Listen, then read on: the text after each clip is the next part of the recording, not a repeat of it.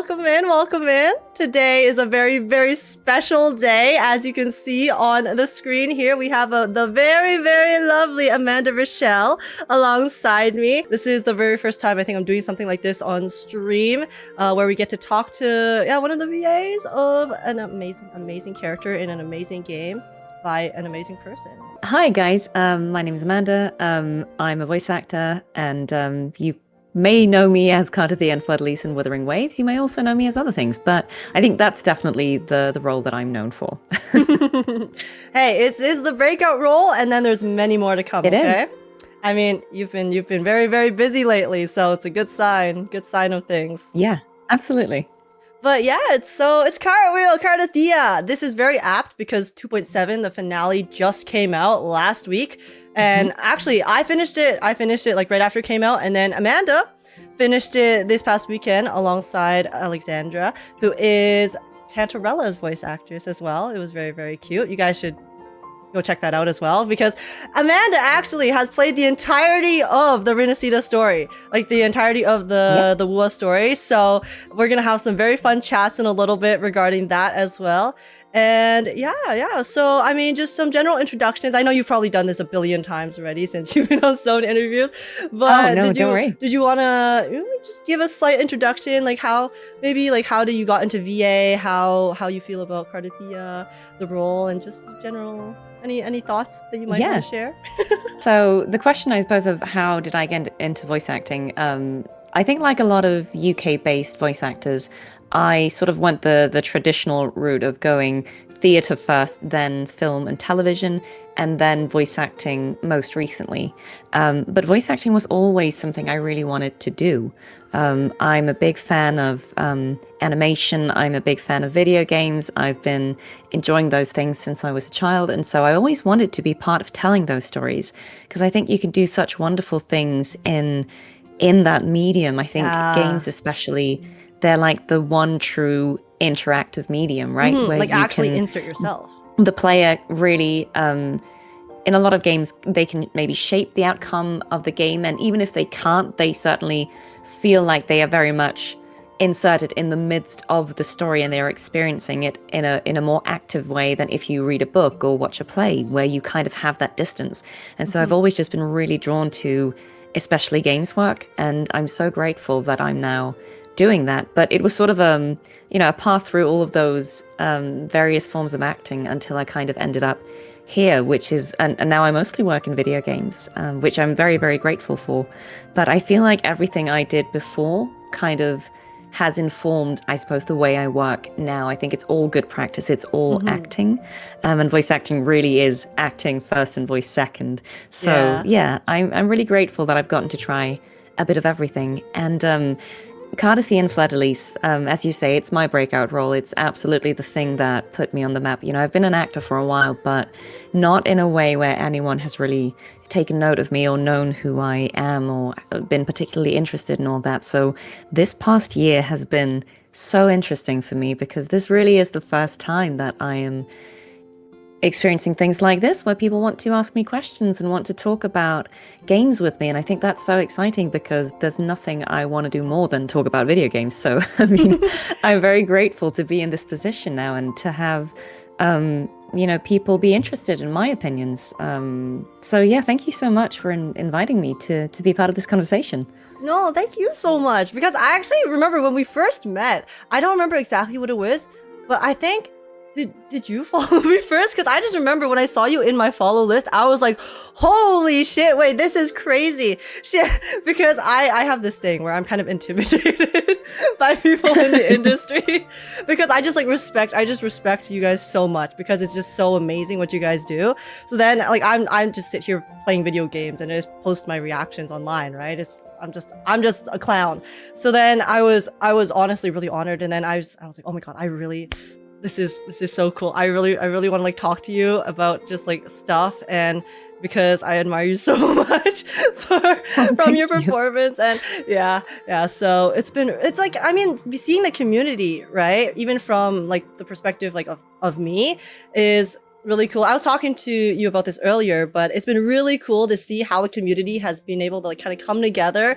And from what I've seen, has been treating you really, really well, because it's just so fun, especially because you do obviously care a lot about the medium and the actual, like the story itself too, right? Since a lot of voice actors are very busy, so they might not have as much time to invest into the stories and the characters for the games that they play roles in.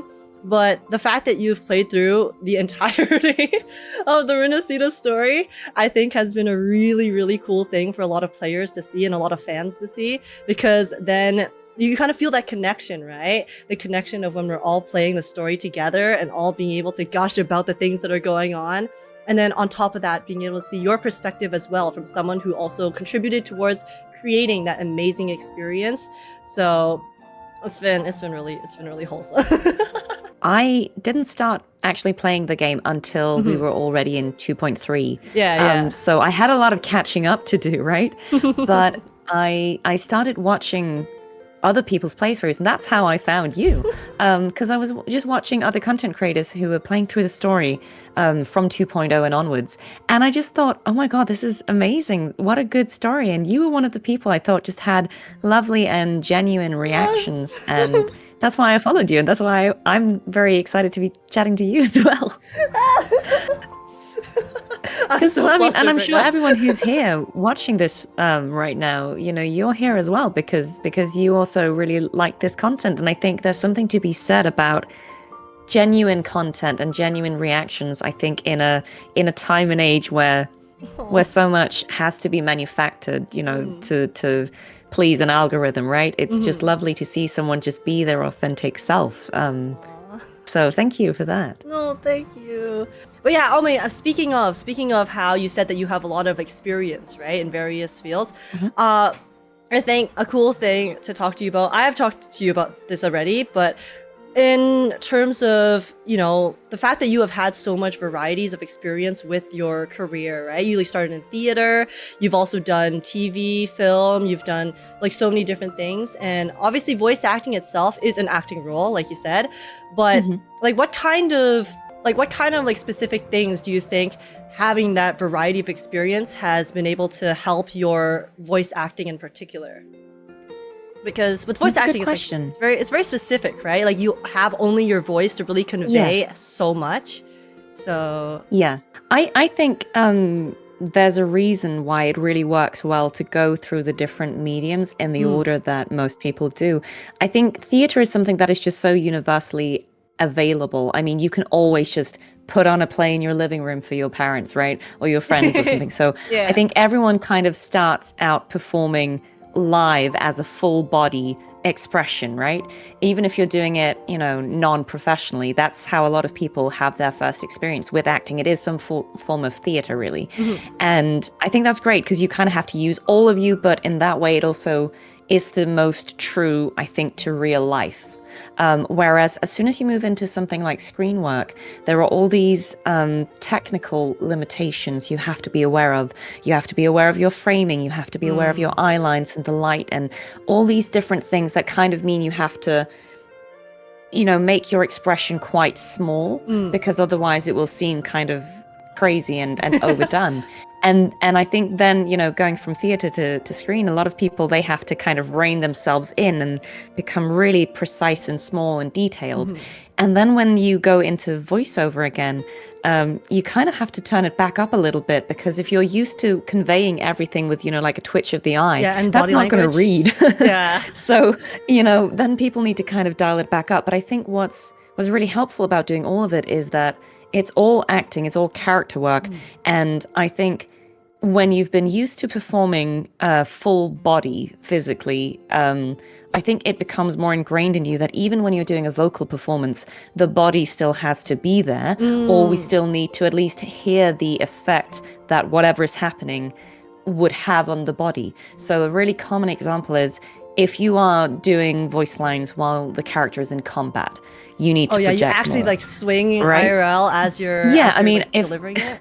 I wish you guys could be like a fly on the wall when we were recording, for fleur-de-lis stuff. Like if it's a combat line, I am doing things because you need a bit of weight behind, Exactly. If you're swinging like a big old sword and splitting tidal waves, like you kind of need to put weight behind it. And obviously, there is a limit to what you can do in a booth because you still need to be on mic and you still need to not make random noises. But I think I am someone who I do embody it a lot, but I think I'm able to do that because I've done all the other disciplines first. And I also do a fair bit of motion capture work, which is also good because, again, it keeps you in that space of, I think when you're working in games, whether it's only audio like voice acting or whether it's sort of a full performance like performance capture or mocap, you have to sell all of the circumstances through that performance.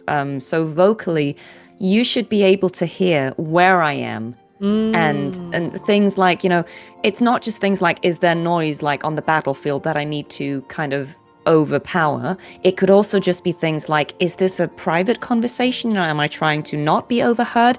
Am I speaking to a big group of people? Am I giving a public speech versus am I telling my friend something in confidence? We should always be able to tell, who am I telling this to? Even if, you can probably see it in the game, but you should be able to hear, who am I talking to? How many? What is my relationship with them? What is the nature of the communication? And where is it? Again, are we in the middle of battle? Are we, at the campfire late at night? Having There's so many things. Pizza Tropical.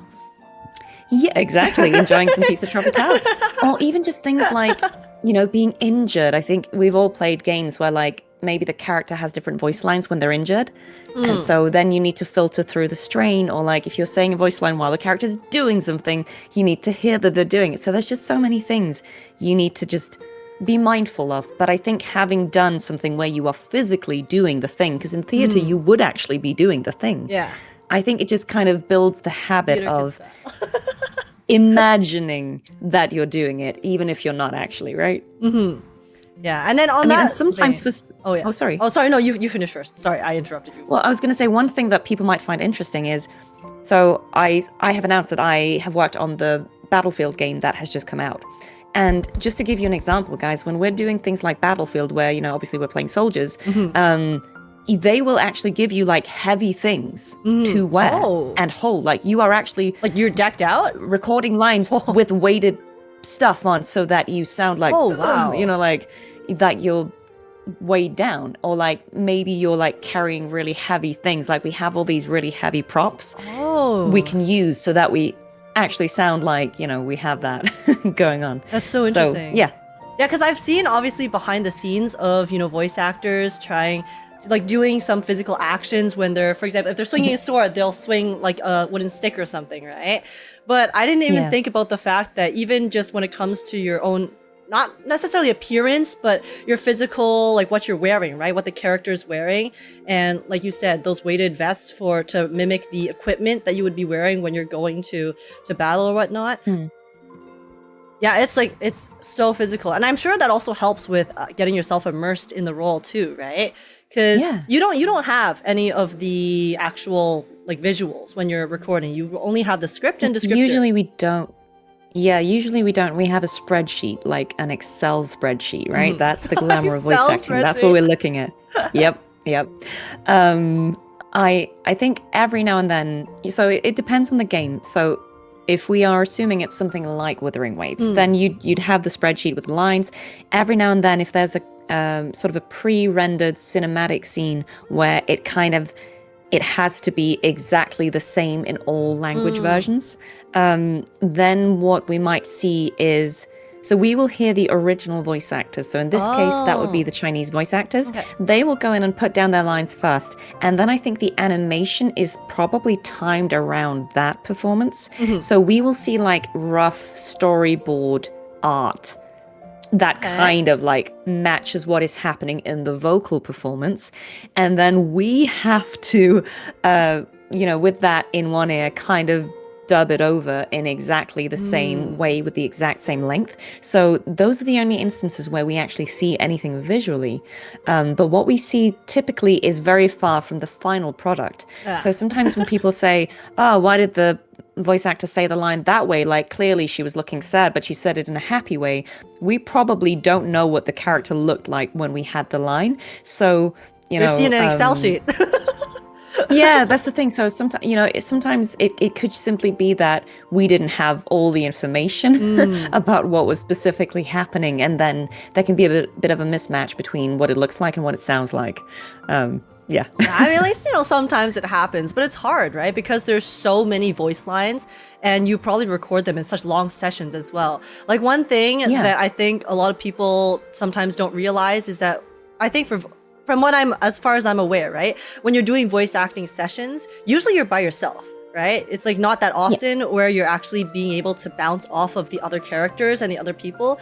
So you're really just reading from a script of your voice lines, and then you probably have some context of what the conversation is, but it's still hard to gauge, right? Exactly what's going on, especially because you don't have those visuals. And also, I mean, subsequently, that leads into the next question, which would be, I kind of already know this answer, but when it comes to, like how much you know patch by patch, how much do you actually know?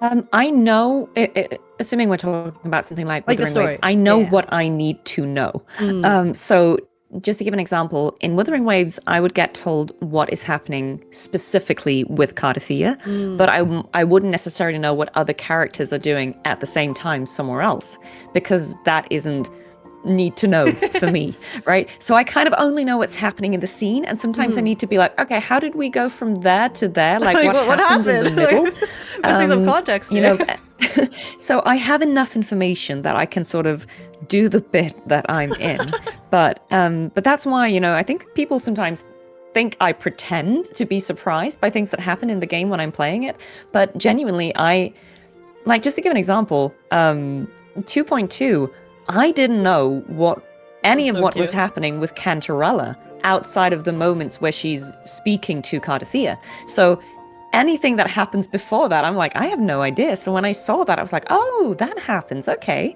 I don't know. And the same with 2.4, because I was only doing voice lines for like a specific timeline. I had no idea what was happening in the other timelines.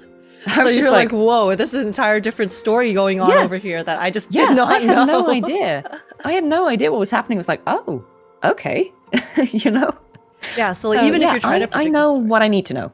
Yeah. So even if you're like trying to predict the story, it's you can't really, because there's just it's very you get such out of context clips essentially, right? It's like you only see your own scenes, tidbits. So it's kind of hard, like unless it's only about you, it's really hard to figure out what all the other specific story beats are. I mean, does it make you extra curious whenever you see stuff happening and then you're like, okay, genuinely, like how did we go from like 0 to 100? Oh yeah, between these two scenes.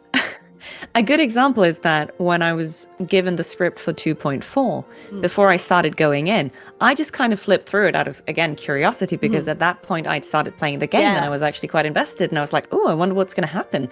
And when I got to the end of the script and I saw that Scar is there, I'm like, Scar got out of prison?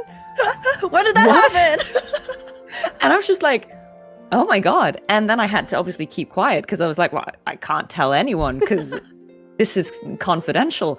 But I just sat on that for a long time. And I think Shai Matheson, who voices Scar, even like posted something about Scar at one point. And I was just there like, no comment. I said nothing. Yeah, exactly. Scar, who's that? I've never heard of that character before, actually. Never heard of him. Because I'm a law-abiding citizen and I never end up in jail, right?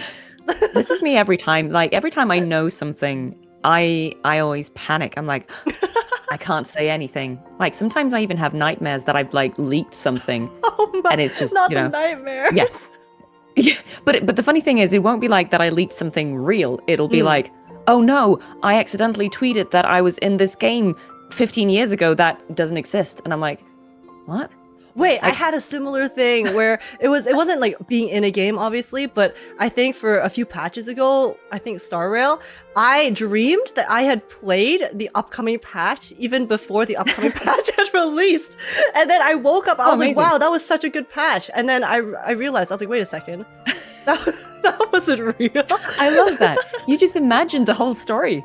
Yeah. Perfect. Yeah, it was bizarre, actually. It was like a combination, amalgamation of a bunch of different other things. But yeah, but the point of nightmares, that's pretty funny. Yeah, in terms of obviously 2.7 itself, had some obviously, very big revelations, and we got to see the Threnodian have that final form with Fertilus again.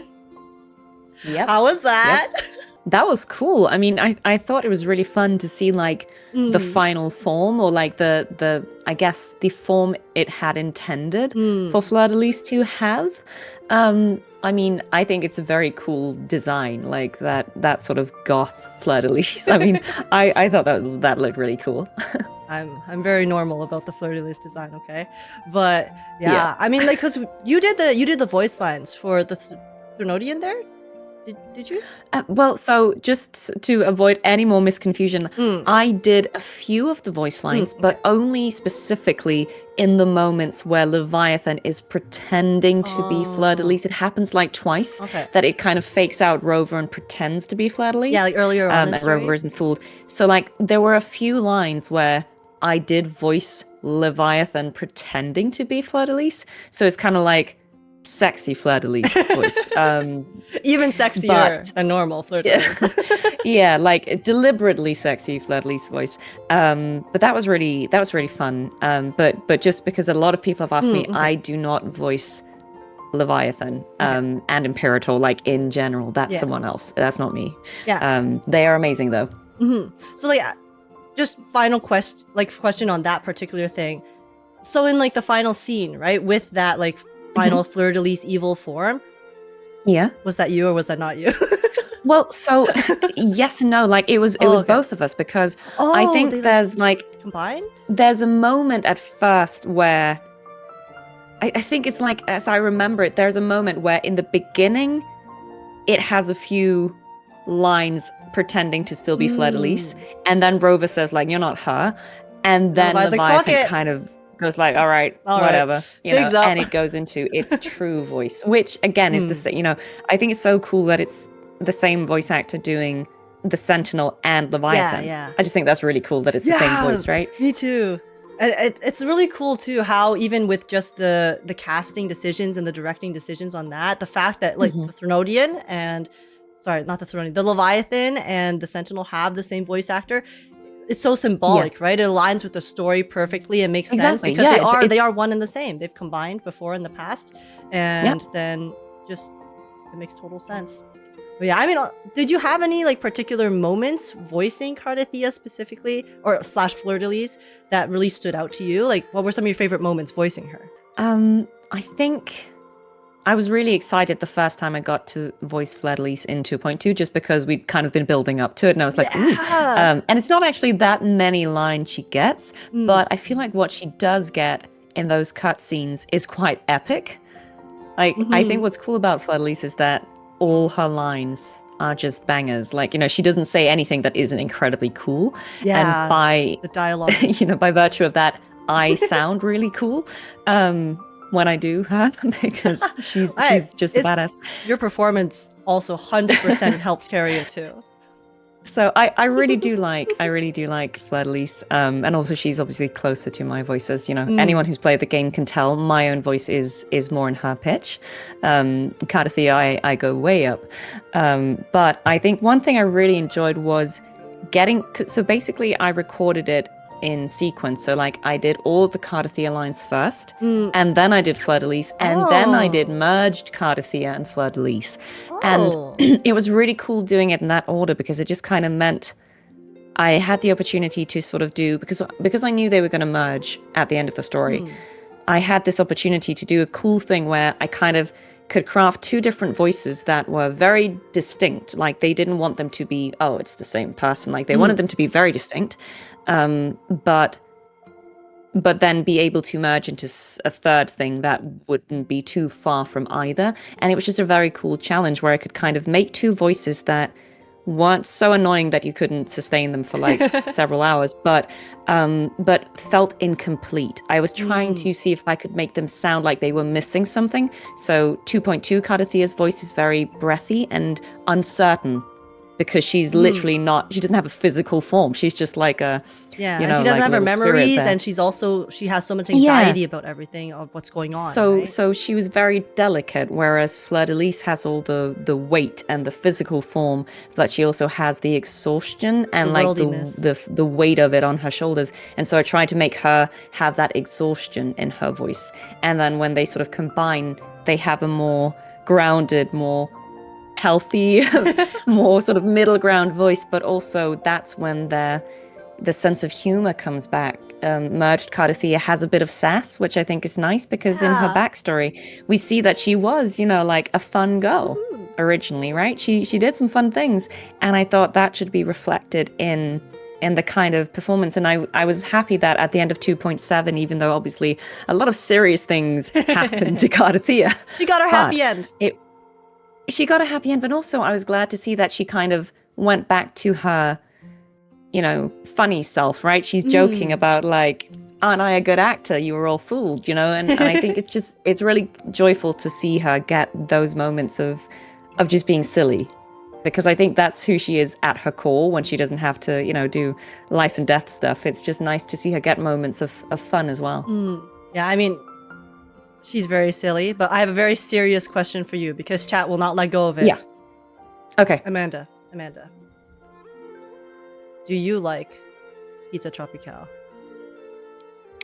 Yes. I mean, this is controversial. Oh my gosh. This is controversial, but look, guys, I'll be honest with you. I don't have beef with Hawaiian pizza. I mean, I've heard it's actually invented in Canada. Maybe you can confirm. I cannot confirm because I'm uncultured. Well, I mean, here's the thing. I will make, though, one clarification. I think if we're talking Italian pizza, I would not put pineapple on. But if we're talking kind of like casual, you know, New York pizza or like non-Italian pizza, right? If we're just talking any other kind of pizza, I'm not fussy. I don't think the combination of ham and pineapple is off-putting. I think it kind of works. It's sweet and salty. It kind of offsets. Yeah, I see it. I don't hate it, you know?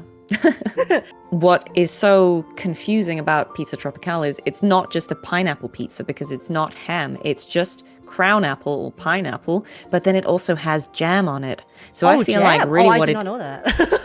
So I feel like what it is, it's like it's pineapple with chili jam, and that makes me a little less excited. Oh, I see. I thought it was just Hawaiian pizza, and then they just gave it a fancy name. I thought that too, but having read the recipe and having seen David's video, now I'm like, I think I know why this is cursed, but you know, I'll try it. I'll try it. Okay, fair. The people, the haters, maybe the people of Laguna are valid in their opinions. I just love that it's so in the lore. Like, I think it was Life Lessons who I know you recently collaborated with. We just talked yesterday about the story. I think so I did like a little lore and explore stream with him where we were talking about different lore things. And as I was just sort of exploring, and he guided me to there's like some NPCs near Margarita's Trattoria, you know, where you buy the pizzas in Laguna, where there are some NPCs discussing like why it is such a crime to have Pizza Tropical. And I just love that they put it in the law. Like, it's not just like, oh yeah, don't do it. It's like someone is actually there telling someone else, if you do this, you will be excommunicated. Like, it's social suicide. You cannot be seen doing this. I just think that's so funny. Banish you. You're gonna go on your journey. You're on your voyage. I mean, I took this question so far, you know, because I figured that people wanted to know, that I asked Rich Keeble, who is the voice actor of Fenrico, what did he think Fenrico's stance on Pizza Tropical would be, and he would say, and he said that he figured Fenrico would have just banned it, like he would have just been like, no, I do not want this. I wash my hands. So. The fact that this is a conversation that you guys are asking each other is a very deep conversation. I love it. I love it when, in all seriousness, you have these really silly topics that become these, you know, not heated, but like jokingly heated debates amongst the different people in the fandoms, the voice actors themselves, as well, right? The characters. Yeah, really I think it's hilarious. You know, it's a top tier meme. Oh yeah, some people wanted to ask about like possible future projects, but obviously that's a little like, do you have any like future projects that you might be working on that you can talk about? or vaguely? No, not at the moment, Okay. because usually what happens is I can talk about them when they're announced. But Understandable. I am working on several things, and I think I Hmm. probably will have something I can announce in the near future. But Exciting. I need to wait for the the all Yeah. clear. But yeah, no, unfortunately, I can't say too much yet about anything. But I'm working on several things, and I think things that what's really funny is some of these projects, like trailers, have been out for so long that Mm. it's entirely plausible that people will have heard me in these projects and not realized, because It's not they came out. officially out Yeah, or or maybe like released yet. these trailers came out a year ago and Cartethiya hadn't been revealed yet, and so nobody Mm. had heard my voice, and so nobody has connected that like that is me. Whereas True. if you heard it now, you probably would guess, because Like, oh, that's sometimes it's like, Amanda. well, that's a very similar voice to like Fleur Lise or something. So like, I think there are things where when I can announce them, people will be like, oh yeah, You know, that makes obviously. sense. That makes sense. I can Yeah. hear it. Oh, okay, yeah. And I see another question from Chad. Have you come across Yes. any fan stuff about Cartethiya, and how do you feel about that? Like in terms of like fan art or the videos and stuff. Because I've seen you retweeting and enjoying like fan content Yeah. quite a lot. I mean, I think there's so much really good fan art out there, and I get really excited when I see it. I just think it's so lovely that people are taking the time to do it. I've seen some really beautiful, everything from like just sketches to something that is, like a fully detailed piece of art. There are so many beautiful pictures out there, and I love all of it. Like, I think some of the things I've really appreciated are things that are kind of even more personal. Like some people, I think the first time I streamed, there's a great artist, I think called Sorry, who they made like a drawing of Cartethiya playing the game, sort of Oh, in that's reference so to my cute. stream, and like put little headphones on her, and it was super So cute. adorable. And just a few days ago, I think someone made like a fan art of things that me and Alex had said on our stream together. Oh, Like, because we yeah. were joking about how Cantarella must be like poor because she can only afford one sock, and we were like joking about these things, and someone kind of made like a piece of art of Fleur Lise like earnestly giving Cantarella a second sock. And I just thought these things are so, wholesome. Like someone actually watched our unhinged stream and and took the time to do that. And I just think that's so adorable, because we're just being silly, right? We're just being silly together. But I think it's just so endearing that we can have that relationship with the community, that we can all joke about these characters and things like, why does Cantarella only have one sock, and these things. It's just, I think that's really lovely. There's so much good fan art. When I see it, I just retweet it. Yeah, I mean, I just think I also obviously love watching, fan content, because again, like you said, it's just like the amount of effort that people put into it. Me personally, I also obviously love watching, VAs playing the games as well. Like whether it's in like wuwa, like watching you and Alex play the story itself. Also, by the way, for those of you guys who don't know, Amanda does have a YouTube channel and has played through the entirety of the Resonators storyline, and also played wuwa with some of the other voice actors as well. Very, very fun streams, so you should go check that out. Links will be in the description, of course. But it's just like, as a fan, right, of the series, I love watching. I just love watching it, and then seeing those fan like chibis and references to even the you guys, the voice actors, just being silly is so fun. And just the sense of community and being able to imagine these alternate kind of like universe kind of selves, I guess, of the characters is so sweet, especially given the fact that a lot of the times, the stories can be very heavy in their topics and the things that are going on and the stakes. So having that kind of like breath of happiness and fresh air in that like AU for the characters through you guys, who also obviously represent the characters in a really big way from your performance as them, it's really it's really lovely. And I think it's so, it's just so nice that we can have that sort of, it feels like we're having a joke together, right? We will say or do something silly, and then someone draws it as if, what if that character had said or done that, right? Because obviously we're just there as ourselves saying silly stuff. But I just think it's very wholesome, and yeah, I really appreciated that. And I actually like one of the now we're talking about things that people have made. Like Oh, I have to show this. Like James Day made this Blake bloom oh for me, right? wow, Like that's actually so nice. he crafted this. It's like felt. It's like really nice. Yeah, that I quality just on think that is that's so crazy. it's so pretty and it's so cute. And he was like, well, Cartethiya can be like an honorary member of the Black Guys, Shores, confirmed. right? And I just Confirmed think here first. Cartethiya has that's joined the so Black lovely. Shores. I mean, not canon, guys, but I mean, I just think that was so lovely of him. And we did a stream together very recently where we were recreating Cartethiya's night puppet, and I just thought like it that was actually so came cute. out looking really good, thanks to James, not thanks to me. But The craft master. I just think those kind of things are so fun and lovely, right? Like being able to physically make things related to the game. I just think that's so much fun. Yeah.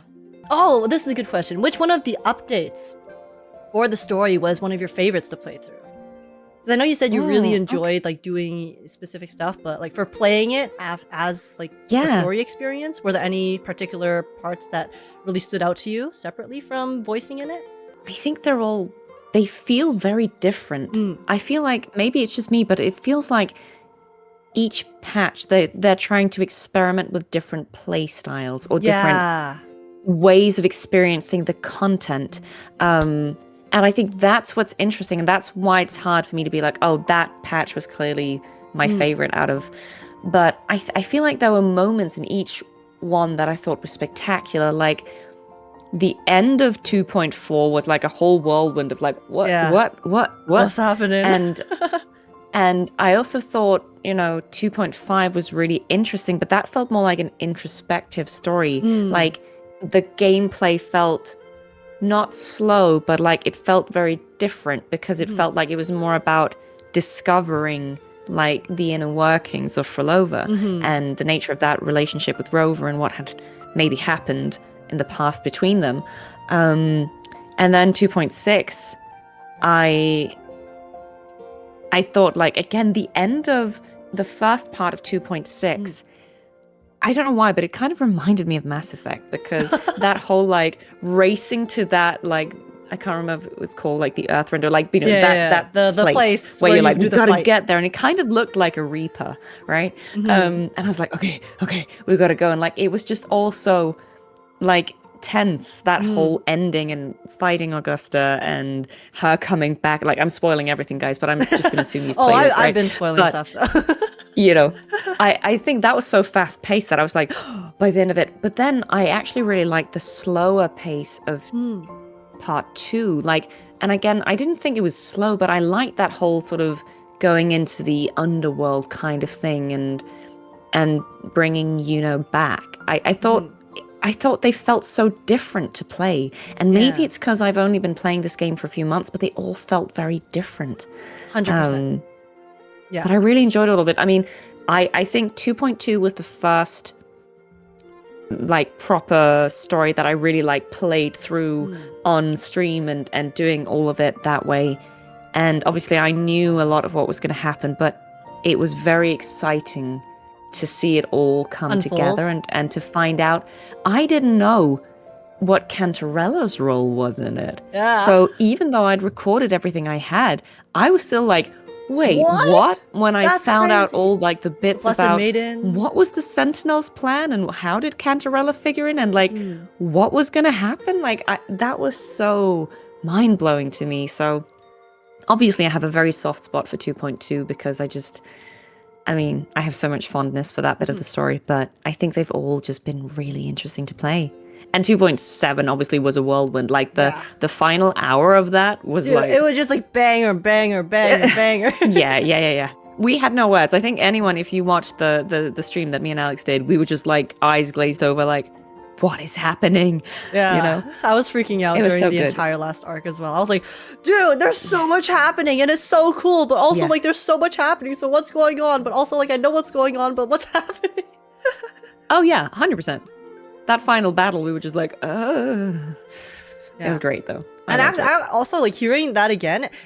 Now that I think about it, in a way, it's kind of like you're experiencing the story through Cartethia's perspective, right? Because you get only her Yeah. perspective at first, and then Yeah. as you play through the story, like once it's released, then you're also learning alongside the rest of the world, essentially, what Exactly. is going on with all of the other characters. So even just like thinking about that concept itself is really cool. And also, guys, I'm gonna have to assume you've played 2.7 because Yeah. otherwise we've been spoiling Yeah, anything. we've been spoiling everything. Anyway. But if you think about it, 2.7, my experience recording that was literally going in and being like, oh, I immediately died. Great. And then I'm back. So I had no idea what happened in, like, I did not know what was going to happen in 2.7. Right? Yeah, I was surprised. I thought there was going to be like a little bit more Cartethiya in 2.7, but I don't even think I had a line as as she gets shot. It's just like, oh, I okay. was like, oh, bye. Oh yeah, true, because by the time we arrive, she's already on the ground. Yes, So I know. So that was like, I think maybe there's like a breath, like a, but like that's literally it, right? Just came to do the breath, and then it was like, I'm back. So that was really fun, but it also just meant that I genuinely did not know what was going to happen. But I also, again, I couldn't say to people, I don't know what's going to happen. I'm not in the story, because that would also be a spoiler, right? Yeah. So, it's that thing of having to be like, I can't tell you what I know. And just trying to like have a poker face about it. Yeah, and I'm sure if like playing the story as well, sometimes it's like you have to hold yourself back from saying specific things rather than just like talking about what's going on for, Yeah. parts. So I it's mean, probably like a whole definitely, jumble in your head as well. I think that moment in the stream, Alex and I just kind of look at each other and we're like, oh, wow. Anyway, because we can't give anything away. Yeah, but at any point when voicing Cartethiya, Fleur-de-Lis, or both, did you ever have any like worries or like were nervous about how it would be received, or? Oh, yeah. I mean, when I started out, I hadn't done this style of game before. And so I suppose I wondered, am I pitching this right? Where does this land in the tone of the game? Because I hadn't played the game at that point and I wasn't really familiar with it. And I know that I think Wuthering Waves is kind of unusual in that I think the style of directing is a little different than in other comparable games. I think. Are you able to? I think also like, or I just mean I think what's different is that it seems like Wuthering Waves, because they're casting the international voices out of the UK rather than the US. There's a broader range of accents, whereas it's not completely. I think it's less harmonized in terms of everyone having the same accent. And so you get more variation, which some people like and some people find confusing. And I think that's just a preference, right? If you like everyone to sound like they have the same accent or if you like the variation. But I think also, certainly, I think just stylistically, we had certain freedom to interpret the characters. I wasn't sure if Cartethiya had to fit into, I suppose, more of a traditional, like young anime protagonist kind of voice. And so I was very curious to see if people would not enjoy the way that I was doing the character. And, there will always be some people like, oh, why does she sound so old compared to the other versions, right? But I think the way I approached it is I do a lot of localization, and I started out doing dubbing in animation. And one of the things that I firmly believe is when you're dubbing, you can't one-to-one copy the intonation of the original voice actor because they're different different voices have different pitch and they have different norms and conventions and patterns, and there are all these things that don't translate. And so if you are just parroting the exact style of delivery, it might not work in the language that you're dubbing into. It might sound inauthentic because that isn't how someone would speak that language. And so what I always try to do is say, what is the gist of this character? So maybe for Cartethiya, she's young, she's idealistic, she has doubt, and trying to say, how could I do that in a way that feels and sounds authentic to how a young British woman would sound, as opposed to, say, I recognize that she will sound very different in other language versions, but I think, again, what a young righteous woman sounds like in one language is not necessarily how she sounds like in a different language. And so I was just trying to find that balance, and I'm very grateful that people seem to have been happy overall with how I did that. But I think that's always the gamble. I think when you're doing different language versions of characters, inevitably someone will prefer a different one. And I think that's valid. And that's why we have different language versions, is that so that people can choose what is more accessible to them or what they just prefer.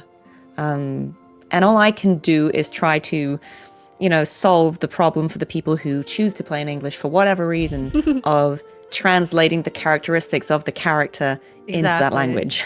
So, but yeah, I think it's always something that you are aware that, it could go either way. People could love it or people could not love it. So. Yeah, because I mean, for me personally, I love the fact that there's a much more varied accents in Renacida as a whole, because it is kind of based a little bit off of Europe in general. Obviously, like there's very heavy Italian inspiration in Renacida specifically, definitely. or Ragusa specifically, I mean. But the fact that there's such a vast cast of characters that sound like they're from varying places in Europe, I guess maybe like as, someone from Canada, right? To me, all European accents, not that they sound the same, but they do have that similar style to them that is so different from the accents I'm used to. So then when I hear like different variations of it, it makes it sound a lot more like a community of people rather than like just like one specific location, if that makes sense. So I've been really enjoying that. I've also seen, like lots of people have been enjoying that as a whole. But yeah, I think at the end of the day, like you said, when it comes to different languages, right? Sometimes, if you have characters, let's say, for example, in Japanese, right, who are super upbeat, very anime style, if you try to do that in English, it just doesn't sound right. It just sounds cringe. Because English, sometimes it doesn't necessarily, the effect and the way that you speak the language itself it just doesn't work, right? That's why sometimes when you have live actions of, animes, there are a lot of the time, sometimes it's like very hit or miss, right? Because sometimes it lands and then sometimes it just completely doesn't land because they try to directly translate that really like exaggerated anime style into a different medium, and then it feels awkward because it wasn't interpreted. Yeah. Right? And I think having these different interpretations is really, really good. And it's another thing too, because sometimes I'll watch the different language trailers as well, even though I mostly play in English dub. And then it's also for me just really cool to see the different interpretations from the different voice actors for the same character, right? Like I played it with Avidius, right, in English for my story, but then one of my chatters wanted me to watch the Japanese dub. And it's just really cool to see how the different performance can kind of offer different things. Like the Japanese Avidius, the way that they transitioned from the despair and the hopelessness into that kind of craziness was really, really cool. And then obviously I still really loved the English version too, because it was so traumatizing for me, honestly. It is a bit of a traumatizing moment. But it's for Avidius. Yeah, like getting those different interpretations also can offer insight to me as well, even just like hearing the different nuances and how, individuals will interpret characters in various ways. Yeah. And this is the thing. I mean, acting, there is no right choice, right? It just goes to show that different people will portray characters differently. And that's why I think it's, I just think it's a good thing that we have options for people to choose from. And, I don't think voice actors really compare themselves to their other language counterparts because it doesn't really make sense. It's like, well, we are recording for different audiences. And so it doesn't really, like, you can't, it's apples and oranges, right? So that it doesn't make sense to say, well, what did that person do? You kind of have to be loyal to the version that you have to make for the audience that your version is for, and trust that everyone else is doing everything they can to make their version work the best for their audience. Exactly. So, but I mean, it would be so interesting to one day talk to, I guess, one of the other voice actors, the same who have voiced the same character. That would be so interesting. Yeah, I mean, hopefully someday down the line that'll be possible because I think that would be a crazy conversation to have and even just like witness, right? For me from the side, Yeah. getting to see the like I guess go into depth of how you guys are really portraying those characters and thinking of them inside yourselves as well. Because again, it's acting, Mhm. so you guys have to step into that role, right? So yeah. I see people asking, so you because you Yeah. mentioned you really like animations and stuff, right? Do Mhm. you also like anime, or are there any particular series that you really, Um, really love or yeah, have impact? I haven't been watching a lot of anime in recent years, and it just has to do with being busy. Mhm. So I'm completely out of the loop with like anything that is current. But when I was younger, and had more time, I definitely watched a lot of anime growing up. I had friends, or like I had family friends who were, older than me who would give me VHSs. It's that Ooh. far back. But like they would give me tapes with like 90s anime, Oh. older Ghibli stuff or things like there was this series called Cat Girl Nuku Nuku. This is like a deep dive, guys, but I had that VHS and I think I only had like a few episodes of it, but I was just fascinated by this concept of, Mhm. this android teenage girl who like basically is a bodyguard for like her brother who's like an actual child, but she has like some cat DNA in her, so she'll also just like eat a can of tuna or something. Like That it sounds was so great. bizarre. It Like a was, good yeah, it time. was very, I think, specific to the era, but Mhm. I was fascinated by that. Um, and yeah, I'm trying to think like what did I watch as a teenager? I think I watched Death Note, which everyone did really. Hey, a Um, classic, a classic. and I've watched a lot of Naruto, like a lot Oh of it. wow. I couldn't tell you where I left it off, but I must have watched like hundreds of episodes of that. Yeah, What else did I like? I liked sounds about Helsing, right. like the OVA. Oh, first, Um, sorry. Which one? Helsing? Helsing? Oh, I always mix it up Yeah. with like the movie Van Helsing. Yeah, no, it's a different thing, but I Mhm. liked that. Like I know I was an edgy kid, I guess. Oh no, I get But that. yeah, I mean, I everything I saw back then, Elfenlied. Oh, I've heard of it, but I never ended up watching it when Yeah. I was younger. Again, like I know these are like Yeah, older yeah, cuts, guys, because it was a while ago, but I liked all of that. And I thought they were also, they were very poetic, yeah. a lot of these stories. Certainly the ones that I watched. And I think what I watched was pretty much just what was recommended to me by Mm. people who maybe knew more than I did. But I loved all of them and I loved how mature the themes were, and yeah, I just really enjoyed all of that. And I watched all of that in Japanese. Like I'm very much an original language person. Like Same, I think same. subtitles are obviously amazing for accessibility. Mhm. And I read really fast, so I have no issue with just having subtitles on. But I also completely understand why people might find it easier to watch something in a language they speak, but I just always find it quite interesting to see the original Yeah, I performances. So also am a I huge haven't version watched sub. any anime in recent years that I'm aware of. Maybe I'm forgetting something, but um, yeah, but I liked everything I saw, and it's not that I don't want to watch it. I just don't have the like. I don't watch any TV properly, sadly, Mhm. because I just don't have time. I'm behind on everything. Yeah.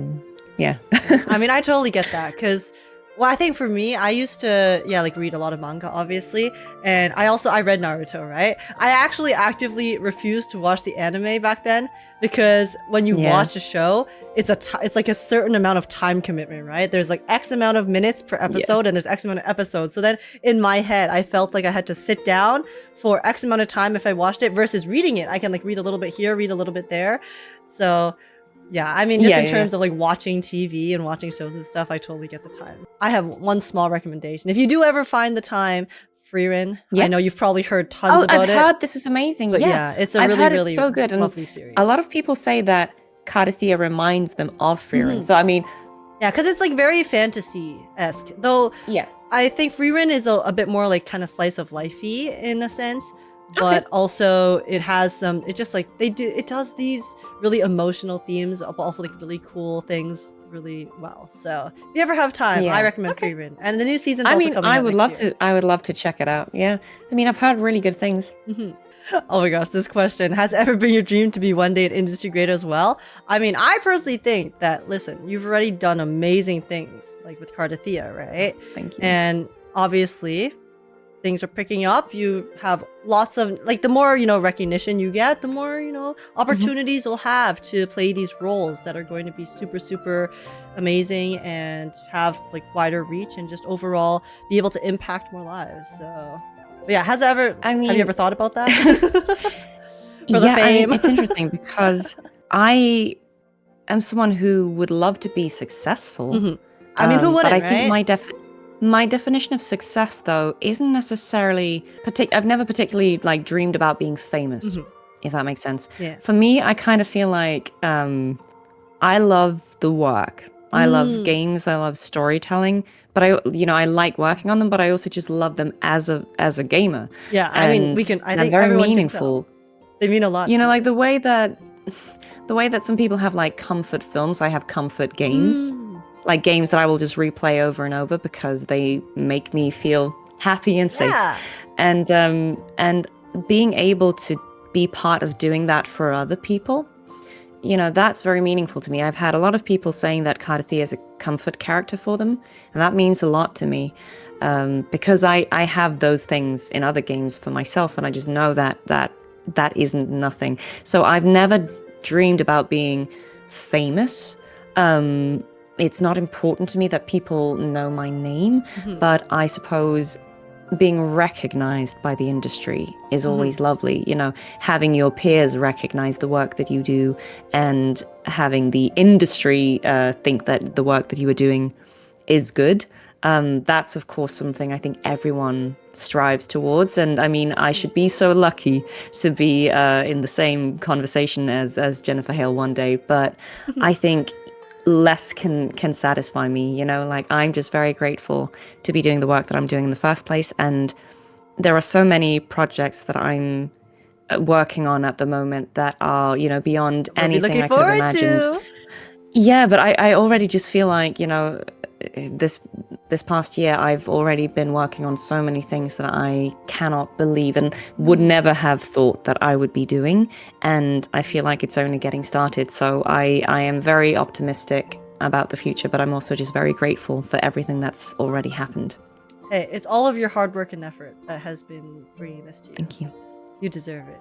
And so much more. Guys, we all have to, we're always going to be cheering you on. But yeah, no, I completely get that. I'm kind of in the same vein with content. Obviously, I'm not trying to compare content to voice acting. I get much more. You're so much more talent and skill. I just sit here playing games. Okay? It's very difficult to do what you do, guys. There's a reason I'm not a full-time content creator. I have great admiration for it because obviously you guys have to sit there and stream and make the content, but also so much research and trial and error needs to go into figuring out what kind of content do people want to see, understanding the algorithms, thumbnails. Like there is so much. I have such respect for all of you. I'm just lucky to be doing this as kind of an add-on to my actual job, and I kind of cut in line, because I came with a built-in platform by virtue of being a voice actor, and in a way that's incredibly unfair. No, it's not. You've worked so hard. No, you have worked so hard to get all of like the recognition and efforts, and even just getting the opportunity, right? You had to put in the groundwork. You had to do all of those different mediums before. You had to go through all of these, different shows, plays. You gain these connections through working that hard, and then you finally, the opportunities come your way and you grab them. It's a result of your hard work. It's kind of like, I appreciate that. Yeah, because like it's one thing I hear, a lot of the times people are like, oh, it's like, I got lucky, or like, oh, this person got lucky to be in their position. But no, like a lot of the times, yes, there is luck involved, I would say, in life as a whole. But at the same time, you do have to make your own luck as well. Right? If you put in the effort, you make those connections, you get those opportunities, you have to be able to utilize that. to be able to actually make it That's into true. something, right? People can get opportunities and then squander them, and then it's like, oh, but I was just unlucky. No, it's like maybe you could have worked harder, maybe you could have done something different that offered you the chance to turn it into something. So yeah, I just don't discredit yourself for for just No, like getting I this appreciate that. opportunity and getting lucky I think with there's some anything. You things worked hard so for it. it's so true, this statement that luck is opportunity meeting preparation. I really do believe in that. Mhm. And I think that's something I tell people, like, yes, luck and timing exist, but that's why you just need to spend your time until Mhm. luck and opportunity Exactly. presents itself. It's You hard have to work with spend your luck. time getting ready for it, right? You have Mhm. to For prepare, that whether that moment. means learning a skill or maintaining the skill or whatever it is that you need to do while you're waiting for that opportunity to Mhm. present itself, right? That is part of the job for sure. But no, I feel like it's been very humbling going into the world of YouTube and Twitch, and I'm really enjoying it, but I definitely don't think I'm hardcore enough to do it as regularly as the rest of you. So I think I'll leave it to the professionals, but I'll chime in every now and then when I have a free moment.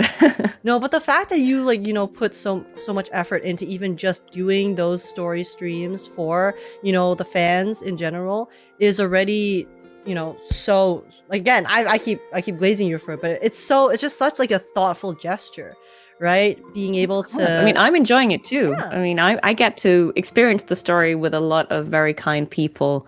And you're right, I feel the community doing it as well. You know, I feel this feeling of, okay, we're all experiencing this together. And even though maybe the people watching the stream have already done the content, I try to give it at least a few days so that Mm. people have a chance Yeah, same to when I play can it. as well. But I think it's just nice, that feeling of, all of us, yeah, going through it together and being like, oh my God, I can't believe that happened. And what about that? And what does Like, that what? mean? This is And crazy. yeah, And just I being get it. And excited as I a mean, whole. growing up, I wish that the voice actors I looked up to, that I wish that that had been a thing that they could have streamed and I would have loved that content. And so I get it. And that's why I want to try as much as my schedule allows to also provide that, because I would have loved it myself, No,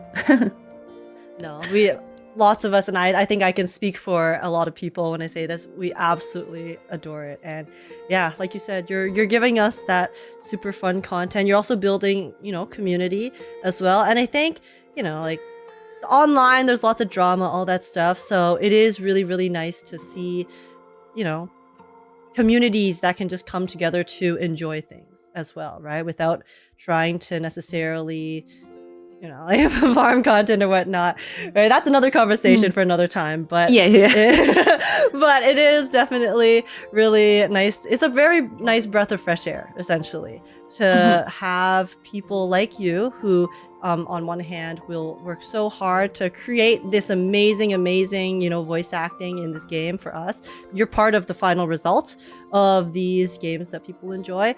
But then at the same time, still, put so much effort into also helping build the community. And it's just, yeah. Well, it's my pleasure, guys. I feel very lucky to be doing this. I mean, everyone is so lovely, so Yeah. it's very enjoyable. Every time I bring you up, everyone always says how much they love you because they love how you interact with the community and how you're always so thoughtful and how you seem to really genuinely enjoy like being a part of the community as well. Oh, I do have one question that's actually kind of related to the previous one. Because you mentioned, obviously, you do voice acting on the side.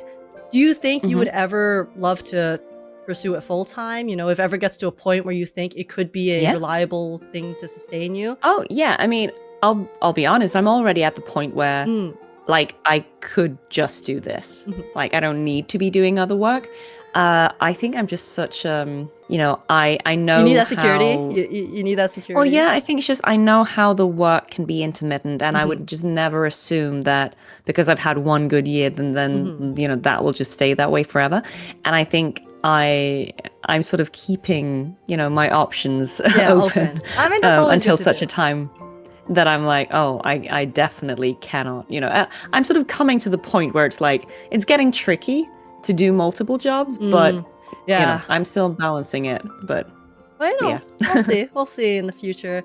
Because Yeah. don't overwork yourself. Still make sure to get enough rest. Stay healthy, obviously, is first and foremost. I hypocrite for saying that, but staying healthy is definitely something that we need to remind ourselves, even if it's hard to stay in the habits of. Yeah. Not speaking from experience, of Oh course. no, Of course. I'm taking breaks. Yeah. Oh, will you still stream wuwa and with other VAs in the future as well? Yeah, that's the plan. So again, unless something changes and I, become super booked and busy to the point where I don't have the time, my plan is still to keep streaming Wuthering Waves, at least for the foreseeable future. Even if Cartethiya isn't in the story, I'm still curious to see where it's going to go. So yeah, I'm happy to keep doing that, and I'll probably also start streaming other games, whether those are games that I'm in or just games that I enjoy or want to play, I definitely, I have other things with other VAs in the works. Some of you may know that I have very recently started an interview series called Voiced By, which is a series of voice actor on voice actor interviews. So I, in a similar format to this, interview my fellow voice actors in a funny way, and we just try to give you a bit more of a deep dive on them, but also because we're both voice actors, we can talk a bit more about like how we're working and approaching things in a way that hopefully will be interesting.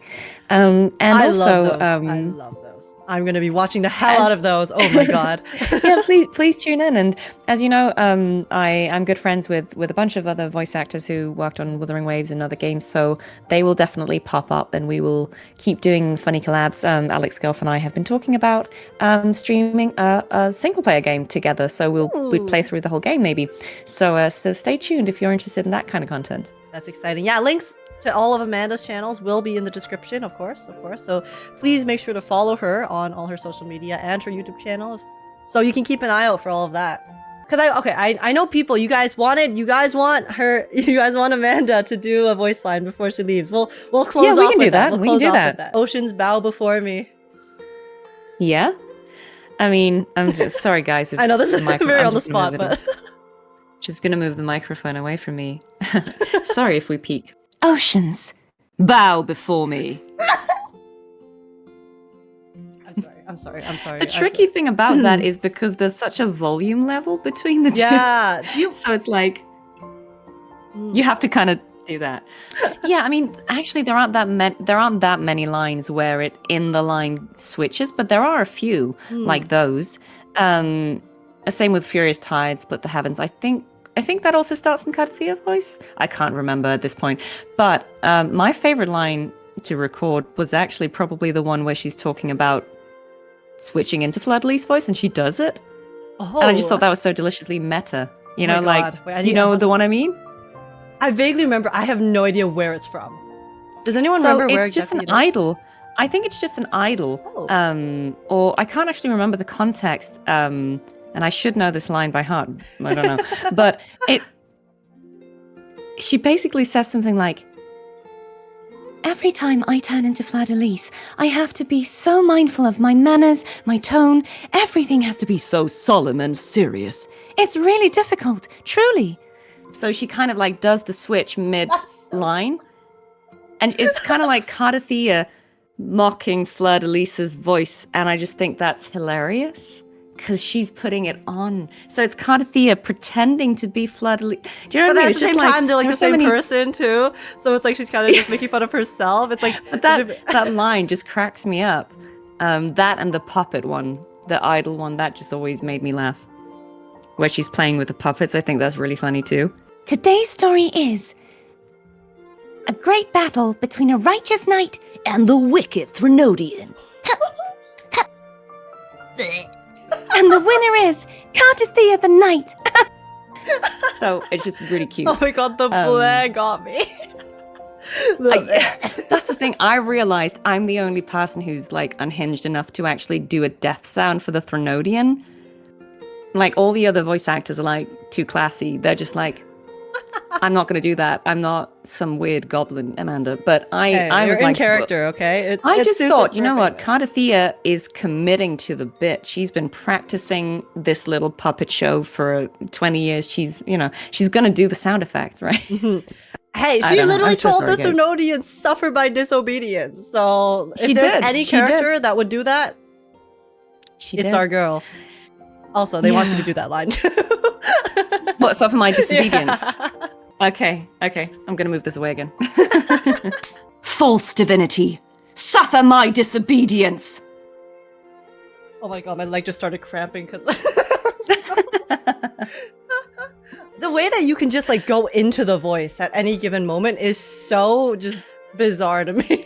Well, I mean, in fairness, I have been working on the character for a year, so at this Mhm. point, it's kind of like, Natural, but it's sort of ingrained. And also the good thing about it is the two voices, they're just sort of like a little up and down from my own voice. So, it's kind of the placement. Because I know you sing as well, it's kind of like if you know where certain passages are in your voice, just kind of like, for me, Cartethiya is flipping into head voice, and Fleur-de-Lis is just going into full chest voice. And it's kind of like, that makes so that it's makes just a lot of sense, actually. a little jump, but I kind of know where the placement is, so I'm not looking for it every Especially time because now. you've had so much practice with it, right? Yeah, exactly. Mm-hmm. Yeah. And I use my low voice a fair bit in other games, so like I'm sort of in the space of using that a lot at the moment, so that's kind of accessible. like you said, because luckily it's a pretty like similar to your regular voice and it's a bit more natural. Like obviously when it comes to vocal care and stuff like that, remedies, what are some things you do to calm it down and maybe help you recover a bit? I'm just gonna see if I actually have what I wanted to show you nearby. I do. Okay, so guys, vocal straws. Oh, what is that? I've I'll never heard of that. just free it. So this is a vocal straw. Oh, Has a big hole in this end, small hole this end, and you can like make it longer and smaller. What this pretty. does is it allows you to do something called straw phonation, which is essentially, it's the same as when you might have seen singers or actors do like lip trills. mhm. And the concept of that is that when you occlude your vocal tract, when the airflow is being blocked either by your lips or the straw, part of it goes back down into the throat and massages the vocal cords. So this is essentially a workout for your voice. And you can use it preventively. You can use it to kind of like, go to the gym and lift weights for your voice and make it more resilient. But you can also use this as a recovery tool. So if you've been in a shouty session and it's feeling a bit uncomfortable, you can either mid-session in a break or afterwards, you can use this straw, and the length changes the pressure. So like you can just vary that to get more or less pressure. And what you do is you can either just like hum through it and it basically sends some air down, or you could even, if you want an even gentler version, you can put it in water and you basically just hum and kind of make little bubble sounds.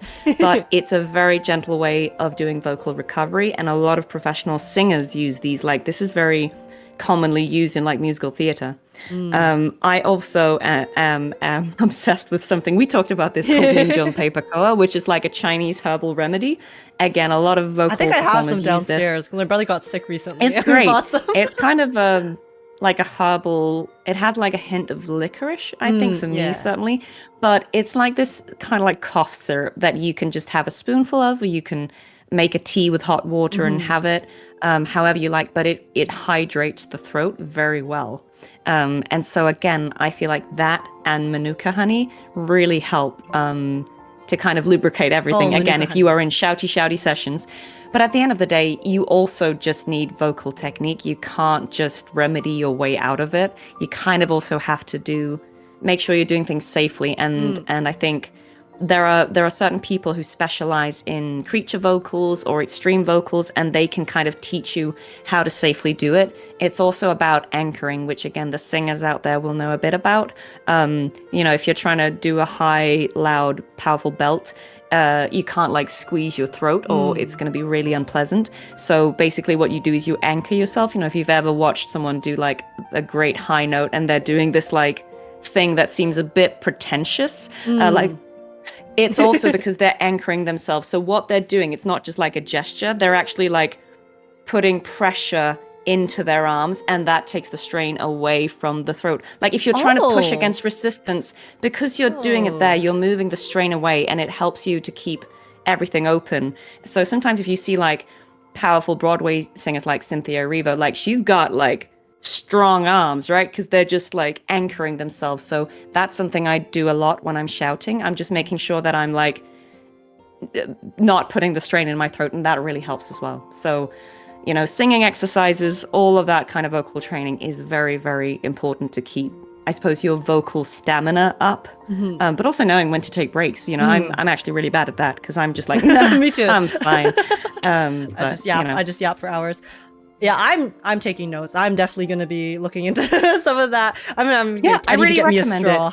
Get me a straw. Yeah. I have some of the medicine they're downstairs. called SOVT straws. SOVT. SOVT, semi-occluded vocal tract. But you can also just do it with a normal straw, and you can just do it by doing lip trills. It's all good. So how about All right. we'll do our like outroductions, and then after that we can have Amanda close off with Purge All Evil. Okay. Okay. All right. Thank you so much, Amanda, for chatting with me today. I did not really have much of a structure for this, so hopefully this was okay for you guys to watch as well. But I had a great time. Yeah, it was really lovely to chat. I hope that we could get some like nice info for you guys who are watching this video. And yeah, I'm super appreciative of all of your, you know, skill, hard work, and talents, and in creating, you know, bringing these characters to life in this game that I really love, and everything else on top of that as well that we talked about earlier that I'm not gonna. But yeah, thank you so much, everyone. Had a really lovely time, and thank you so much for supporting Wuthering Waves and for all your love for Cartethiya and Fleur-de-Lis. It means the world to me. I'm very grateful to all of you. And I mean, let's do the line that you all requested. Yeah, before the line, make sure, again, all of the links for Amanda and her socials will be linked in the description below. Go check out all of her streams, her fun VA interviews, more to come in the future. And let me know in the comments of this video itself if you guys want to see more of these in the future. Because, I mean, I always love chatting with you, Amanda. So I would love to have you on stream again as well. Anytime. My blade, purge all evil. Okay, guys, Cristoforo's gone. He's gone. Bye. Bye, Cristoforo. Bye. Never to be seen again.